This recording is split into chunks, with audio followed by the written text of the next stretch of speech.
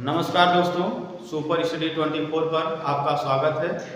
आज से हम इंडियन ज्योग्राफी की श्रृंखला की शुरुआत करते हैं और इस विश्वास के साथ शुरुआत करते हैं कि आने वाले भविष्य में ये चैनल आपके लिए बहुत लाभकारी सिद्ध होगा। और इसी विश्वास के साथ आज हम इंडियन ज्योग्राफी की शुरुआत करते हैं। और ये इंडियन ज्योग्राफी को हम पूरी तरह से आपको मैपिंग के द्वारा करवाएंगे और हर चीज़ इस तरह पढ़ाएंगे रुचिकर बनाकर कि आपको पूरी तरह से माइंड में पूरा भारत का मैप छप जाएगा और कहाँ पे कौन से राज्य हैं, क्या स्थितियाँ बनती है, कहाँ कौन से चैनल हैं, सब आपको क्लियर हो जाएगा। तो चलिए दोस्तों शुरू करते हैं भारत का भूगोल। तो भारत की भूगोल की अगर हम शुरुआत करते हैं तो ध्यान दीजिएगा, भारत का भूगोल। अगर भारत की भूगोल की अगर हम शुरुआत करते हैं तो भारत की भूगोल शुरुआत करने के दौरान इसके नाम से ही दिखेगा, भारत के नाम से ही दिखेगा भूगोल की शुरुआत हो जाती है कि अर्थात देश का नाम भारत क्यों पड़ा, ठीक ना। आप जानते हैं कि देखिए भारत जो देश है इसके कई अन्य नाम भी हैं। जैसे देखिएगा, पहला तो जानते हैं आप, ये 3 नाम इसके प्राचीन है। जैसे भारत हो गया, इसके बाद देखिएगा जम्बूद्वीप हो गया, जम्बूद्वीप हो गया, जम्बूद्वीप के बाद एक और नाम है आर्यावर्त, आर्यावर्त हो गया। और इसे कहते हैं हिंदुस्तान, हिंदुस्तान। एक अन्य नाम लिखेगा इंडिया, इंडिया। ये देश के 5 नाम हैं। अब हम ये जानते हैं कि ये जो नाम है देश के, क्यों ये नाम रखे गए। ये अगर भारत रखा गया है इसका नाम भारत क्यों पड़ा, अगर जम्बूद्वीप है तो इसका नाम जम्बूद्वीप क्यों पड़ा, और आर्यावर्त है तो इसका नाम आर्यावर्त क्यों पड़ा, अगर हिंदुस्तान नाम अगर देश का पड़ा है तो हिंदुस्तान क्यों पड़ा, और इंडिया अगर नाम पड़ा है तो इंडिया नाम क्यों पड़ा। इन सभी नामों के पढ़ने के पीछे देखिएगा कुछ न कुछ रहस्य है। आज उन रहस्यों को देखिएगा हम देखते हैं। तो पहले हम शुरू करते हैं इस जम्बूद्वीप से शुरू करते हैं कि जो भारत है इसको जम्बूद्वीप क्यों कहा गया है। देखिएगा वायु पुराण में भारत को जम्बूद्वीप के नाम से संबोधित किया गया है। इसको संबोधित करने के पीछे देखिएगा कारण यह है कि वायु पुराण में बताया गया है कि जम्मू कश्मीर राज्य जो है यहाँ पे जम्बू वृक्ष की अधिकता थी। एक तो ये कारण बताया जाता है, जिस प्रकार सुंदरवन डेल्टा का नाम वहाँ के सुंदरी वृक्ष की अधिकता होने के कारण उस डेल्टा का नाम पड़ा सुंदरवन डेल्टा, उसी प्रकार जो जम्बूद्वीप का नाम, जम्बूद्वीप जो भारत का नाम पड़ा, देश का नाम, वहाँ जो जम्मू कश्मीर में जम्बू वृक्ष की अधिकता होने के कारण पड़ा। लेकिन वायु पुराण में देखिएगा एक अन्य कारण बताया गया है कि जम्मू कश्मीर में जो जम्बू अर्थात जामुन का जो वृक्ष हुआ करता था वह कई योजन ऊंचा हुआ करता था, और उस पर जो फल लगते थे, जो जामुन का फल लगता था, इसका आकार हाथियों के समान हुआ करता था। और बताते हैं कि जब ये फल टूटकर जब चोटी से परतों से टकराकर जब फटता था तो उसके रस से एक नदी निकल जाती थी। उस नदी को नाम दिया गया जम्बू नदी। क्या नाम दिया गया? जम्बू नदी। और उस जम्बू नदी की जो इलाके, जम्बू नदी के किनारे जो बसे हुए इलाके हैं उनको जम्बूद्वीप के नाम से संबोधित किया गया। तो ये रहस्य था जो है जम्बूद्वीप नाम पड़ने के पीछे रहस्य। और हम देखते हैं आर्यावर्त इसका नाम क्यों पड़ा। तो आर्यावर्त नाम इसका इसलिए पड़ा कि बताया जाता है, एक इतिहास देखिएगा, इतिहासकार मैक्स मूलर बताता है कि आर्य जो है देखिएगा मध्य एशिया से आए थे, और बताया जाता है कि जो आर्य है वो सबसे पहले आकर आर्य ही जो है इस देश में सबसे पहले इस क्षेत्र में बसे थे, इसलिए इस देश का एक अन्य नाम पड़ा आर्यावर्त। अगला देखते हैं भारत। तो भारत नाम पढ़ने के पीछे देखिएगा कई कारण बताए जाते हैं। एक कारण यह बताया जाता है कि जब राम लक्ष्मण भरत शत्रुघ्न 4 भाई थे, अब जब राम और लक्ष्मण वनवास चले जाते हैं तो भरत देखिएगा उस टाइम जो है इस क्षेत्र का बहुत ज़्यादा देखिएगा विस्तार करते हैं। तो ये बताया जाता है कि भरत के नाम पर जो है इस देश का नाम भारत पड़ा। लेकिन एक और कारण बताया जाता है कि दुष्यंत के पुत्र दुष्यंत अर्थात शकुंतला के पति थे दुष्यंत, उनसे जो संतान जन्मी उसका नाम भरत था। बता दें कि उसी भरत के नाम पर जो है इस देश का नाम भारत पड़ा। तो ये जो भारत नाम पढ़ने के पीछे ये कारण थे। अब हम देखते हैं हिंदुस्तान नाम इसकी कैसे पड़ा। तो हिंदुस्तान नाम जानने देखिएगा इसका नाम क्यों पड़ा। तो यहाँ देखिएगा तिब्बत में एक झील है जिसे कहते हैं मानसरोवर झील। तिब्बत जो तिब्बत में जो मानसरोवर झील है, इस झील से एक नदी निकलती है जिसे कहते हैं सिंधु नदी। क्या कहते हैं? सिंधु नदी।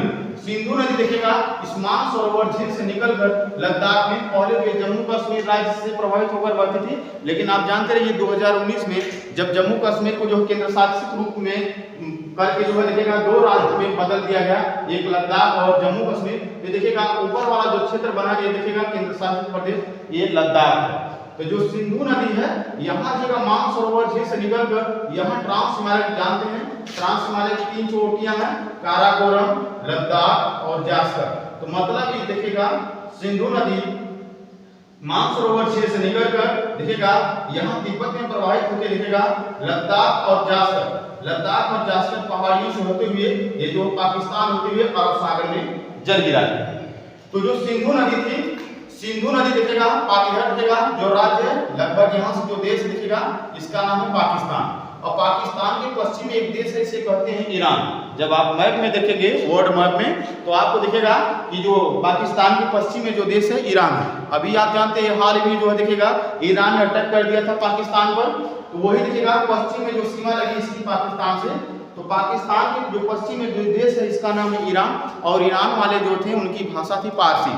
तो जो ईरानी जब भारत आए तो देखिएगा जो भी आक्रमणकारी हो या विदेशी देखिएगा जो जब आते थे तो देखिएगा इसी रास्ते मतलब सिंधु नदी को पार करके ही भारत में आते थे।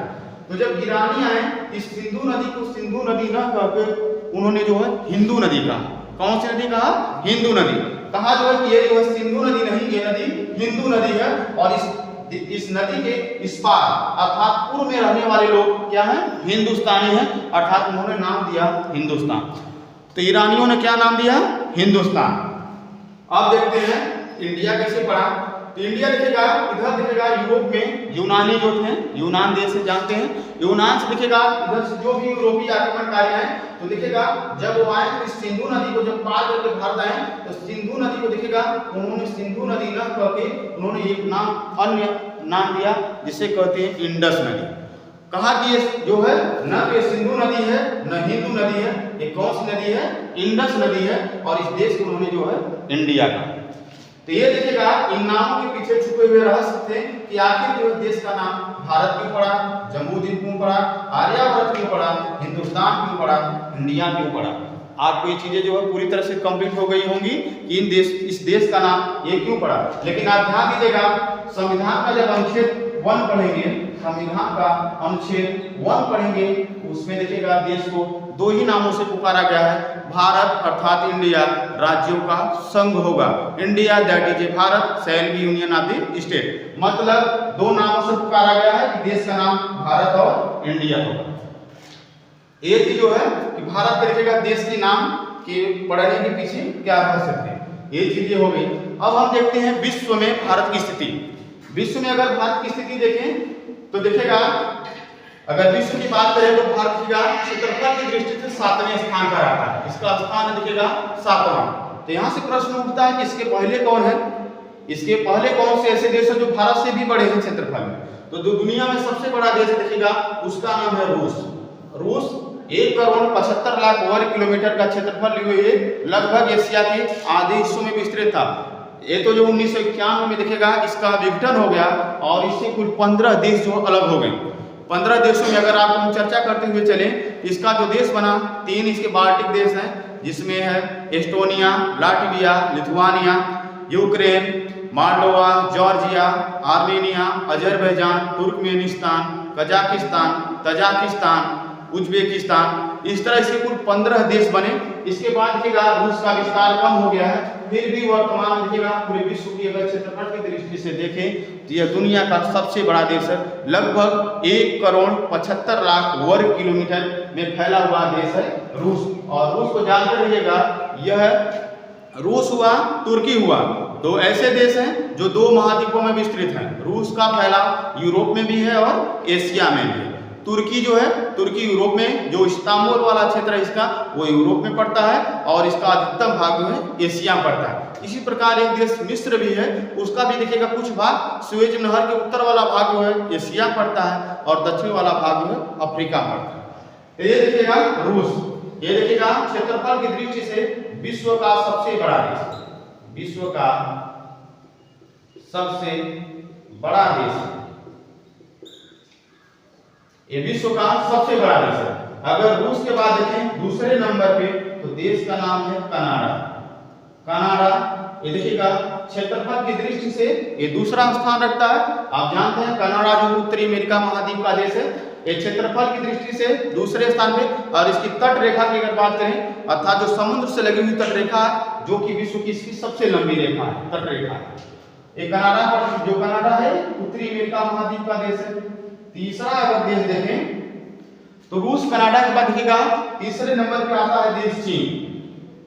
चीन आता है, रूस आ गया, कनाडा आ गया, चीन आ गया।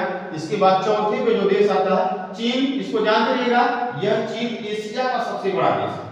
चीन एशिया का सबसे बड़ा देश है, सबसे बड़ा देश है।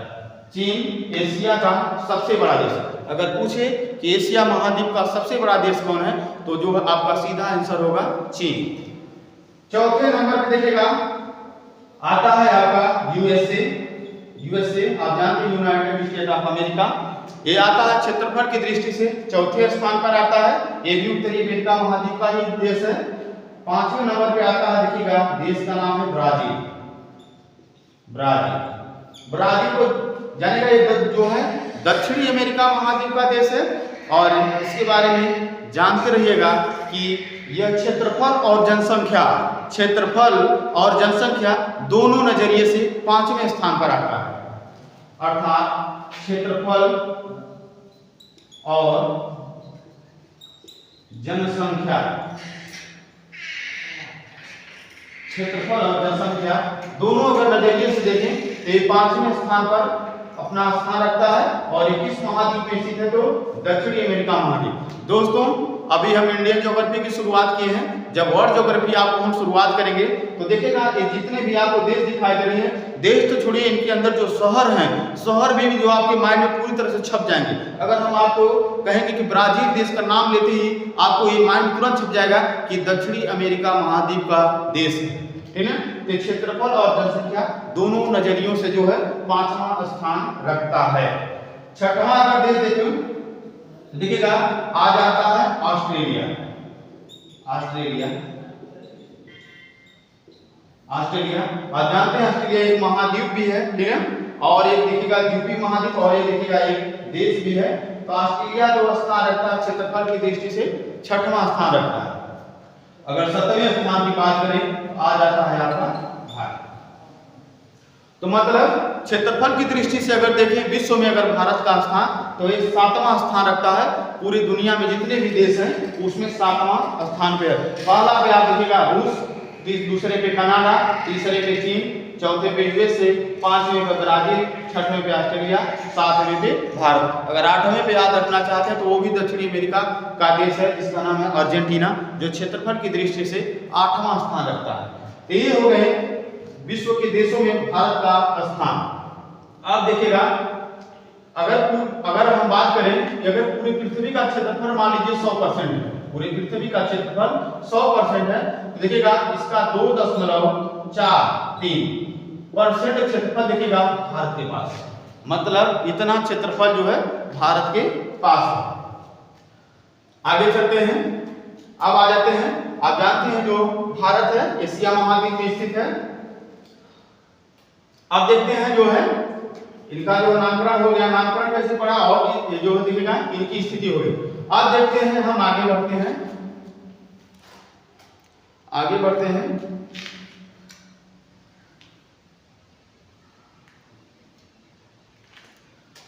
आगे अगर बात करते हैं तो पूछा जाता है ये किस लैंड का हिस्सा था, ठीक है। ये जो भारत है, भारत में भी देखिएगा खासकर प्रायद्वीपीय भारत, यह किस लैंड का हिस्सा था तो आप जानते रहिएगा। अभी जो वर्तमान में आप 7 महाद्वीप देखते हैं, 7 महाद्वीप में जैसे आप देखते हैं एशिया देखते हैं, अफ्रीका देखते हैं, उत्तरी अमेरिका, दक्षिणी अमेरिका, यूरोप, ऑस्ट्रेलिया, अंटार्कटिका, जो ये 7 महाद्वीप देखते हैं ये किसी न किसी काल में देखिएगा बहुत वर्ष पहले, करोड़ों वर्ष पहले देखिएगा एक ही महाद्वीप हुआ करता था जिसे जो है पैंजिया कहा जाता था, पैंजिया कहा जाता था। क्या हुआ कालांतर देखिएगा कुछ बल लगे, कुछ बल पड़े उस बल के कारण देखिएगा ये पेंजिया दो हिस्सों में टूट जाता है, दो हिस्सों में टूट जाता है। जो ऊपर वाला हिस्सा है इसे कहा जाता है अंगारा लैंड, ऊपर वाला हिस्सा को कहा जाता है अंगारा लैंड और निचले हिस्सों को कहा जाता है Gondwana land, Gondwana land, Gondwana land.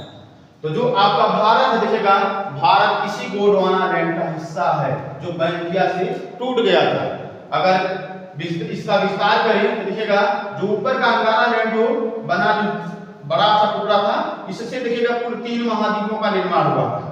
3 महाद्वीप कौन कौन से? तो जो इधर वाला हिस्सा है इससे बना आपका उत्तरी अमेरिका महाद्वीप, जो मध्य वाला हिस्सा है इससे बना आपका यूरोप महाद्वीप और ये जो बड़ा वाला हिस्सा है ये बना आपका एशिया महाद्वीप। आप जानते रहिएगा जो एशिया है, यूरोप, ये देखिएगा अलग अलग 2 महाद्वीप नहीं, एक ही में देखिएगा सटे हुए महाद्वीप हैं, लेकिन देखिएगा कुछ भौगोलिक संरचनाओं के द्वारा ये अलग हो जाते हैं।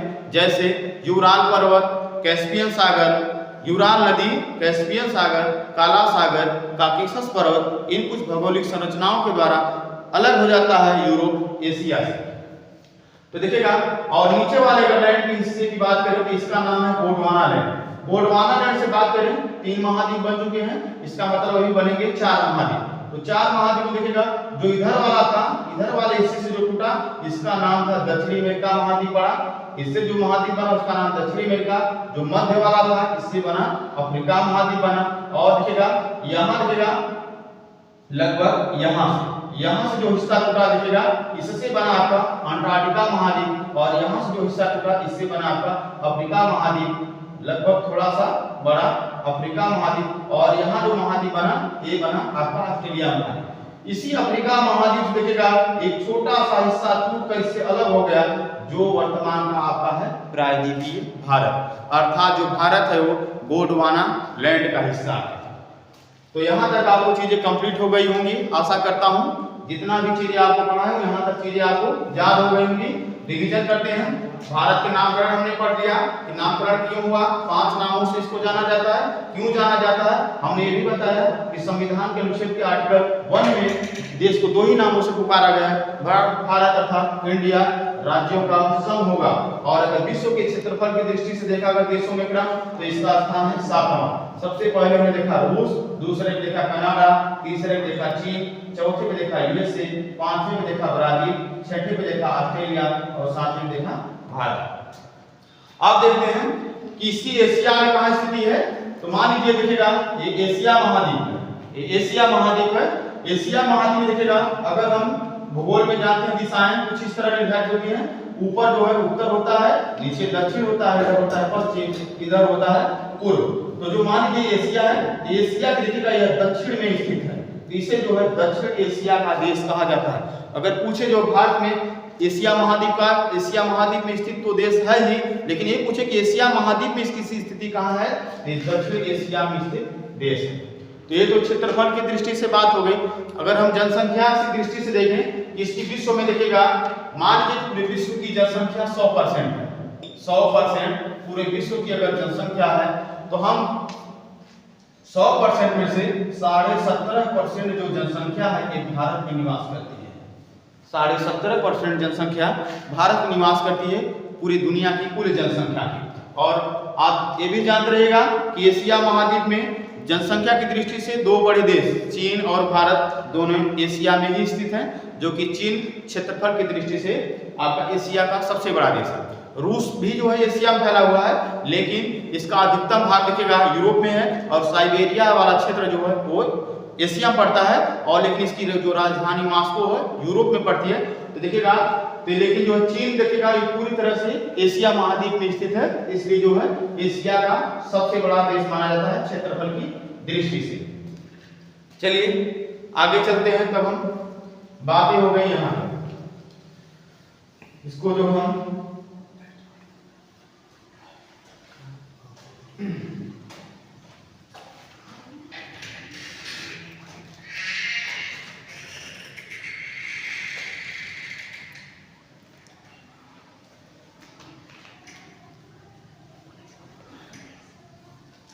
चलिएगा देखते हैं भारत की अगर स्थिति देखते हैं कि ग्लोब पर इसकी स्थिति देखते हैं कि भारत जो है कहाँ है, अब वास्तव में पृथ्वी पर इसकी स्थिति कहाँ पर है।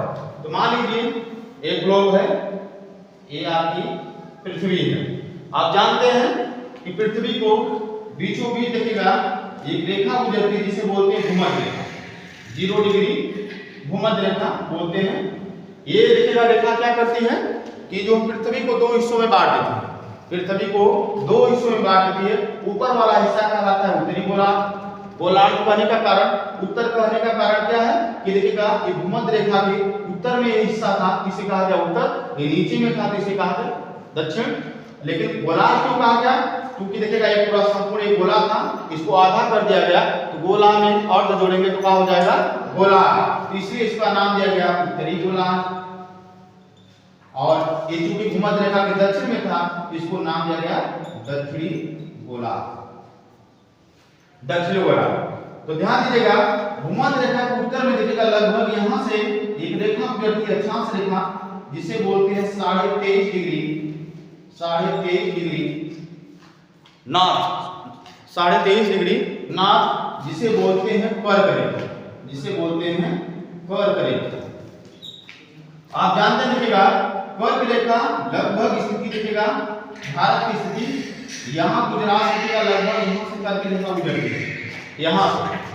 तो आपको देखिएगा दिखाई दे रहा होगा कि भूमध्य रेखा से उत्तर में है भारत, क्योंकि भूमध्य रेखा के उत्तर में जो क्षेत्र है वो उत्तरी गोलार्ध का है और भूमध्य रेखा के दक्षिण में जो क्षेत्र है दक्षिण गोलार्ध का है।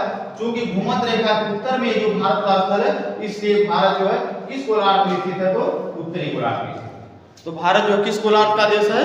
उत्तरी गोलार्ध का देश है। लेकिन देखिएगा ये किस नजरिए से? तो अक्षांश रेखा की नजरिए से। आप ध्यान दीजिएगा, लेकिन इसे पूर्वी गोलार्ध का देश क्यों कहा जाता है? जिसको हम यहां जो बनाते हैं थोड़ा सा ऊपर,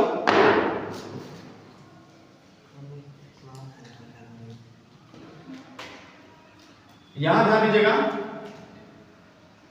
जैसे एक ग्लोब है, ये आपकी 0 डिग्री भूमध्य रेखा है, 0 डिग्री भूमध्य रेखा है और लगभग देखिएगा यहां से आपकी 23.5 डिग्री कर्क रेखा है, 23.5 डिग्री कर्क रेखा, और भारत लगभग देखिएगा यहां पर स्थित है, लगभग यहां पर स्थित है, मतलब भूमध्य रेखा के उत्तर में है। तो ये किस गोलार्ध का होगा? उत्तरी गोलार्ध का। लेकिन इसे पूर्वी गोलार्ध का देश क्यों कहा जाता है? जिस तरह देखिएगा आपका यहाँ से 0 डिग्री मानकर हमने कहा कि ये भारत का जो क्षेत्र है उत्तर की तरफ आता है, वो तो उत्तरी गोलार्ध का हो गया। इसी तरह देखिएगा देशांतर रेखाएं खींची गई हैं। देशांतर रेखाएं क्या होती हैं कि उत्तरी ध्रुव से दक्षिणी ध्रुव को मिलाने वाली जो रेखा होती है उसे देशांतर रेखा कहते हैं। यहाँ से जो 0 डिग्री देशांतर रेखा है, देखिएगा यहाँ एक जगह है ग्रीनविच, इंग्लैंड में पड़ता है ग्रीनविच, और ग्रीनविच से देखिएगा 0 डिग्री मानकर 180 देशांतर रेखाएं पश्चिम की तरफ खींची गई हैं और 180 देशांतर रेखाएं पूर्व की तरफ खींची गई हैं। क्योंकि देखिएगा ये देशांतर रेखा 0 डिग्री है और इसके पूर्व में भारत आ रहा है। यहाँ से देखेंगे तो देखिएगा पूर्व में भारत नजर आ रहा है, तो जो पूर्व में आ रहा है तो मतलब ये किस गोलार्ध का देश है? पूर्वी गोलार्ध का देश है। क्योंकि देखिएगा देशांतर रेखा की इधर देखिएगा जो गोलार्ध इसे बोलते हैं पश्चिमी गोलार्ध, क्योंकि ये पूर्व में है तो ये हो जाएगा आपका पूर्वी गोलार्ध का देश।